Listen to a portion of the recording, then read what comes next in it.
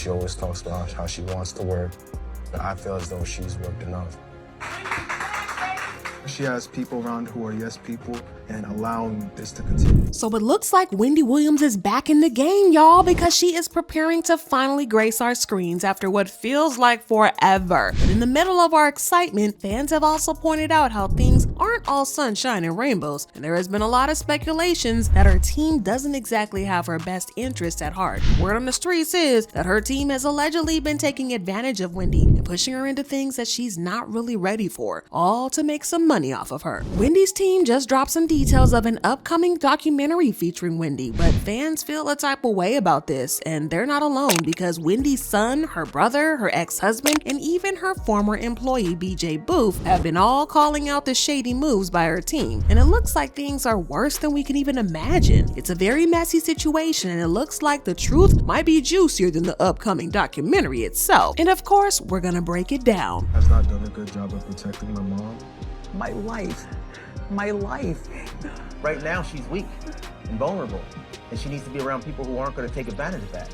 I have no friends. It has been more than a year since we last heard from Wendy Williams or even saw her out and about, and fans were starting to get worried. Wendy was the type of person who was always everywhere, doing her show, being caught by paparazzi and all that stuff. So it was weird that she just upped and disappeared from the public view. So we were wondering what was going on with her, especially since she hadn't exactly been in a great shape for a while before she disappeared from the public. So yes, it was very refreshing when she announced that she was going to be starring in a documentary on her life. Now, documentaries like this are totally normal because many celebs have done them, and we're going to see many more celebs do in the days to come. It's a way to give fans an insight into their lives as well as make some cool money on the side. But unfortunately, when it comes to Wendy, this news is not exactly the great update that we expected because she's not doing things as well as we hoped. Now, like I said before, she had been in bad shape before she disappeared, and it looked like things didn't exactly improve like we hoped, especially because the trailer to the documentary kicked off with her saying that she has gone broke. I have no money. And I'm gonna tell you something. If it happens to me, it could happen to you. But hey, she's probably going to be making a decent amount of money, at least from the documentary, so that's definitely a silver lining. But at the same time, we can't help but see that she still seems to be going through a rough patch and struggling with the same issues that she's been dealing with for years. The trailer portrays her in a state of deep sadness, and it tugs at the heartstrings, especially knowing that the world is about to witness her struggles on the big screen. Now, a lot of people think that Wendy's issues started when her show was canceled and she stopped bringing in millions, but in reality, it started way before that. I'm talking years before the show ended, but her show being taken away just made things worse. Things started to unravel much earlier, and it started when her then husband, Kevin Hunter, started dating a woman named Sharina Hudson. He was spending heavily on Sharina, taking her out for luxury shopping sprees in Wendy's Ferrari and stuff like that. You know, he was tricking up money. She's in the passenger seat of my Rolls Royce Ferrari. And you know, I mean, really? Really? And our son's in Miami. So I have to be calm on the phone with him, you know, like a loving mother. I have to be happy on the TV every morning live from New York. But it was even worse because according to reports, Kevin had isolated Wendy from her friends and family. So when he started cheating on her, she had nobody to talk to about it, and she had to deal with it all alone. I had nobody again to talk to, but the times now were even deeper than they ever were in my life. I couldn't call my mom, my dad, my sister. They would have just said, just leave, just leave. And I'm like, but I'm still in love. I don't know what to do. Like, are you serious with this? This is really going down. This is going down. She stayed in the marriage even though she was being cheated on because she loved Kevin and she didn't really have a support system. Even worse, Kevin started spending Wendy's money on Sharina. He had set up about 5 businesses for her, but they all crashed after a while. The insider said he put her through school to be a massage therapist. He opened a kiosk for her at a mall in North Carolina where she's from. He helped her set up a jewelry and clothing line online called Vish, but none of her businesses have been a success. He even bought her a house worth more than $750,000, and it was literally a couple of minutes away from the house that he shared with Wendy. And of course, the money from the house came from Wendy's bank account. It was you all with the drone and took a picture. And I read about it in the blogs and the tabloids, the address of this place that he had purchased to share with this backwoods bitch, 9 miles from my house in Livingston. And they're living the high life. The affair continued to hurt Wendy really bad, but she chose to stay. She made her peace with it. She had a sort of deal with Kevin where she would turn a blind eye to his affair as long as he didn't have a baby on her. And as long as he didn't get Sharina pregnant, she was willing to pretend like the affair was not happening. And her downward spiral was triggered by the revelation that Kevin had gotten Sharina pregnant. The emotional toll led Wendy to turn to alcohol, grappling with a relapse in her ongoing battle with alcohol dependence. She was completely broken. She had no one to talk to about it. An insider said, "He controls everything. He takes her phone. She has 0 friends. She's not in regular contact with her family. He controls every aspect of her life because he's insecure." However, despite the turmoil, Wendy managed to pick up the pieces. She took a stand and filed for divorce from Kevin, and she carefully plotted out her revenge. In an interview, Kevin revealed that Wendy had strategically planned things out, and not only did she divorce him, but she also arranged for him to be fired from the Wendy show the same day. He said, "When the news was out, I told her I would step down from the show, and Wendy told me I need to stay because I was having a kid. I stayed only to later be lined up. I got fired from management, served divorce papers, and also fired from the show all in the same day." Wendy definitely enjoyed this, and she revealed so in an interview. I don't recommend that you work with your husband because I made him my manager, and then when I decided to divorce him, he had to be fired. In other words, I made him divorced and unemployed all in one day. Yeah, Wendy had the upper hand on things for a while, but that didn't last long because Kevin took her to court to force her to pay him alimony. He succeeded in getting the alimony payment, and even though we don't know exactly how much it was, we know that it was more than enough for him and Sharina to live off of without having to work for money. Wendy didn't seem to mind it all that much because she was making more than enough, but that didn't last long at all because a couple of years later, her health issues started, and things slowly went from bad to worse.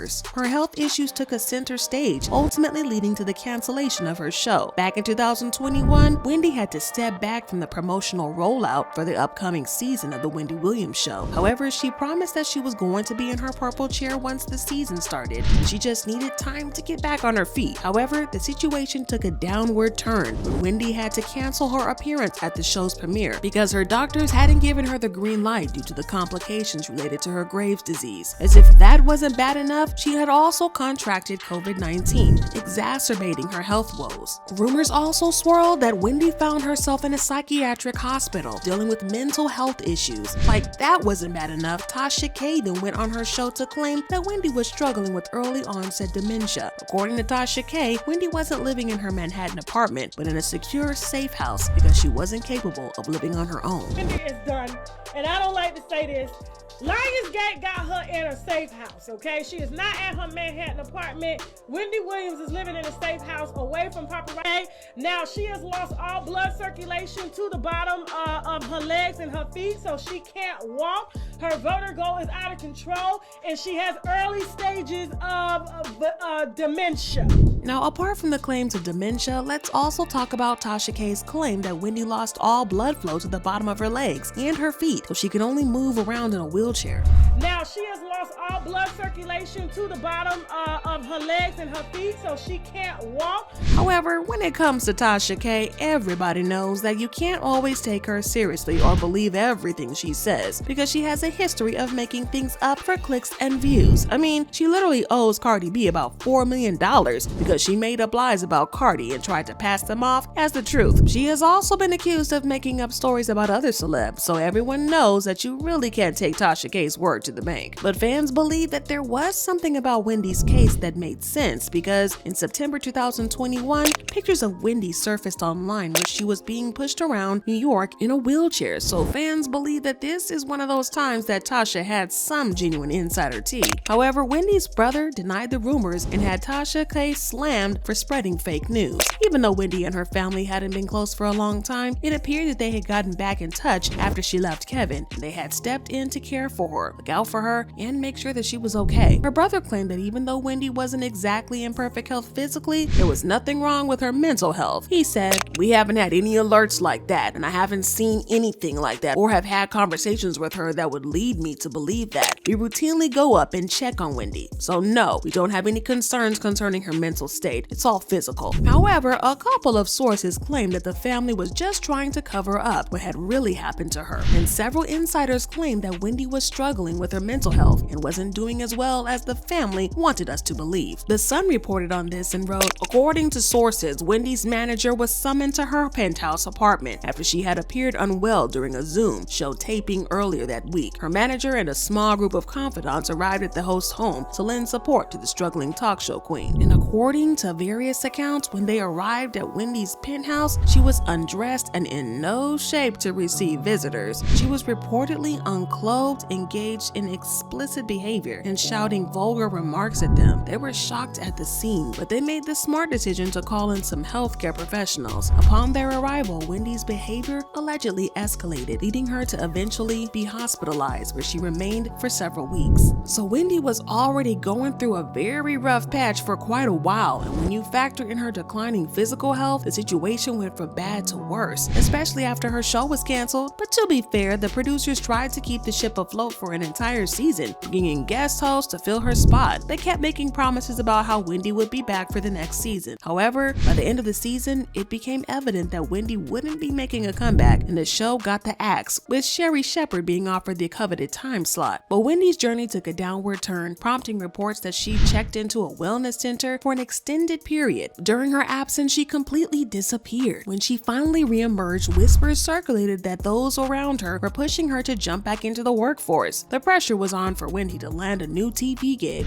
possibly even a reality TV or anything that could generate some income. However, the motivations behind this push seemed less about genuine concern and more about financial gains. If Wendy wasn't working, the money wasn't flowing, and those in her circle couldn't afford that. So even though she wasn't in great shape, they applied pressure on her to secure new work rather than encouraging her to focus on her recovery. Her son, Kevin Jr., spoke out about this, and he confirmed it. In an interview with The Sun, he claimed that she was being manipulated by people around her who should have been protecting her. In an interview, he said, "I know there are all sorts of things happening that I know in her right mind she would never agree to. As hard as it is seeing her being taken advantage of, I know that I'm making sure she as a person is okay. That is the important thing." So it's clear that Kevin loves his mom very much, and he's pained to see how she's being manipulated and taken advantage of. He said, "What's been made more important by the people around her is that while her health may not be great, she needs to keep on earning income. And in my opinion, that should not be the priority at all. And whoever has been hired, they're taking advantage of someone who needs to get better." He also claimed that people were taking advantage of her drinking, saying,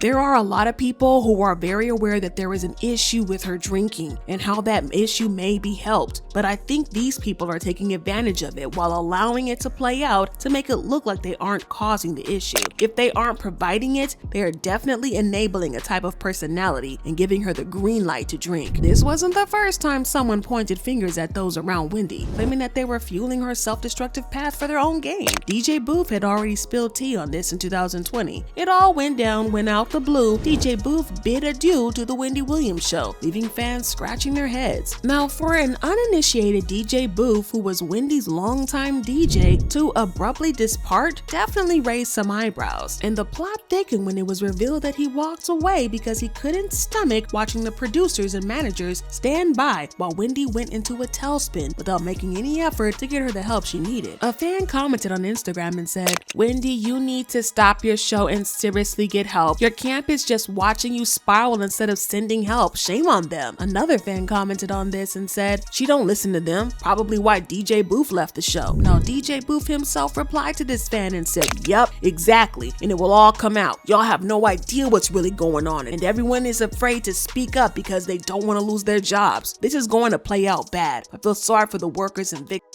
Have a blessed day. So according to multiple people, the people on Wendy's team didn't always have her best interest in mind. And as you can expect, this made recovery even worse for Wendy. But after a while, she appeared to be doing better and even claimed that she was open to falling in love again. I can't wait to fall in love.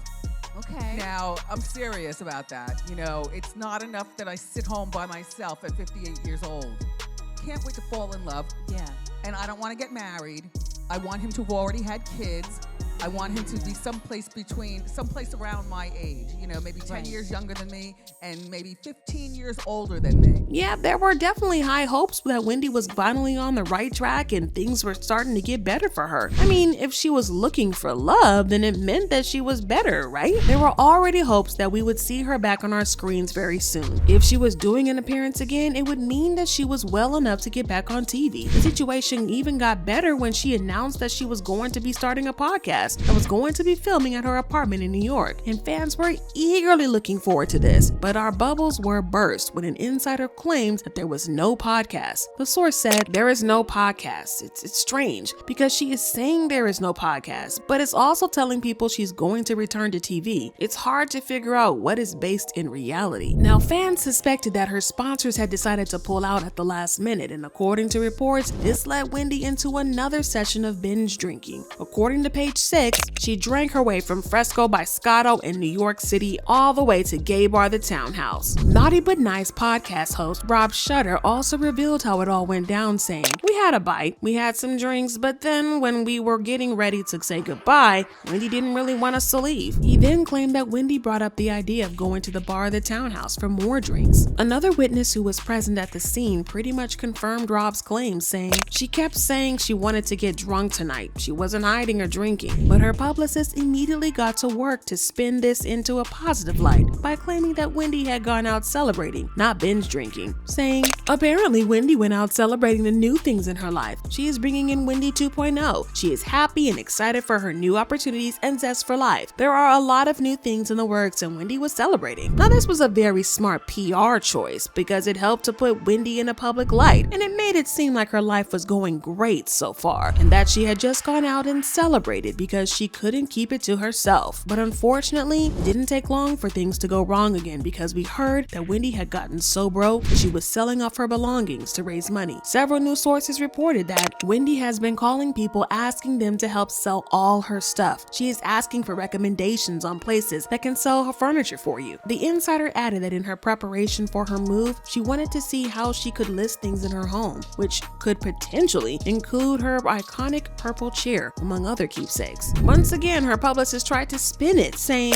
"Wendy is getting rid of items for spring cleaning. This is what people do this time of year. It's a new chapter for Wendy and she wants new things. This is a common gesture people do and Wendy is no different. It is out with the old and in with the new." Things took a crazier turn when her brother came out to accuse her team of forcing her to film a documentary when she wasn't in the right frame of mind to do so. He said, "This is not a woman who is in the right frame of mind to get a show going. Why are you even here? Do you see the condition she's in? Does it look like she's ready to start a podcast, for goodness sake? Doesn't." He also expressed concerns about what the reality show would mean for Wendy when she eventually gets better and is forced to deal with the fact that the whole world saw her at her lowest state. He made some pretty valid points when he said, "Whatever they do with it, they're gonna do. It's gonna be sad. I can't blame Wendy for anything. I want her to get better. She's not better, so I can't be mad at her for doing any of this. So it comes out, and what happens if Wendy is doing much better, right? Who wants these kinds of memories?" He also insisted that while he wasn't exactly opposing the idea of a documentary or Wendy working, he wanted her to get better and be in a clearer state of mind when she made the decision to go back and tell her story in front of the world. He said, "Why couldn't she just get better all the way and then do something? She can't be contemplating nothing because she can't think it through. So other people are thinking things through for her. And all this time she could have been down here recovering." And it looks like he was probably right about that because the trailer to the documentary just dropped and it doesn't look like things were going great between them. I mean, the trailer started with Wendy saying that she was completely broke and had no money left. Judge and given a guardian. That was when they took her away from us. I have no money. And I'm going to tell you something. If it happens to me, it could happen to you. As her family, we were all sitting on the sidelines watching. and she was crying out for help. Did you drink this whole thing today? The trailer also kind of hinted that she was still struggling with her drinking. Did you drink this whole thing today? Keep it there. Okay. Keep it there. Her son, Kevin Jr., also appeared in the trailer, again saying that he didn't want his mom to work, and it kind of sounded like he didn't want her to do the documentary. She always talks about how she wants to work, but I feel as though she's worked enough.